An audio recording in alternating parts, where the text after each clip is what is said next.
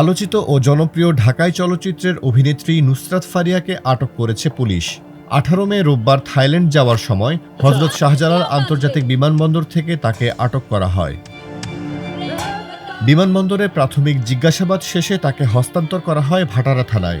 যদিও এখন পর্যন্ত কোনো মামলায় তাকে আনুষ্ঠানিকভাবে গ্রেপ্তার দেখানো হয়নি। ভাটারা থানার ওসি মাজহারুল ইসলাম জানিয়েছেন, নুসরাত ফারিয়াকে এখনও গ্রেপ্তার দেখানো হয়নি, তবে তার বিরুদ্ধে অন্য কোনো মামলা আছে কিনা সেটাও খতিয়ে দেখা হচ্ছে।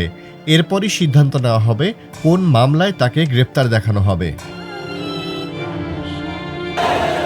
জুলাই অভ্যুত্থানের সময়ের ঘটনায় করা এক হত্যাচেষ্টা মামলায় ক্ষমতাচ্যুত প্রধানমন্ত্রী শেখ হাসিনার সঙ্গে আসামি করা হয় অভিনেত্রী সুবর্ণ মোস্তফা, চিত্রনায়িকা অপু বিশ্বাস, নুসরাত ফারিয়া, নিপুণ আক্তার সহ 17 অভিনয়শিল্পীকে।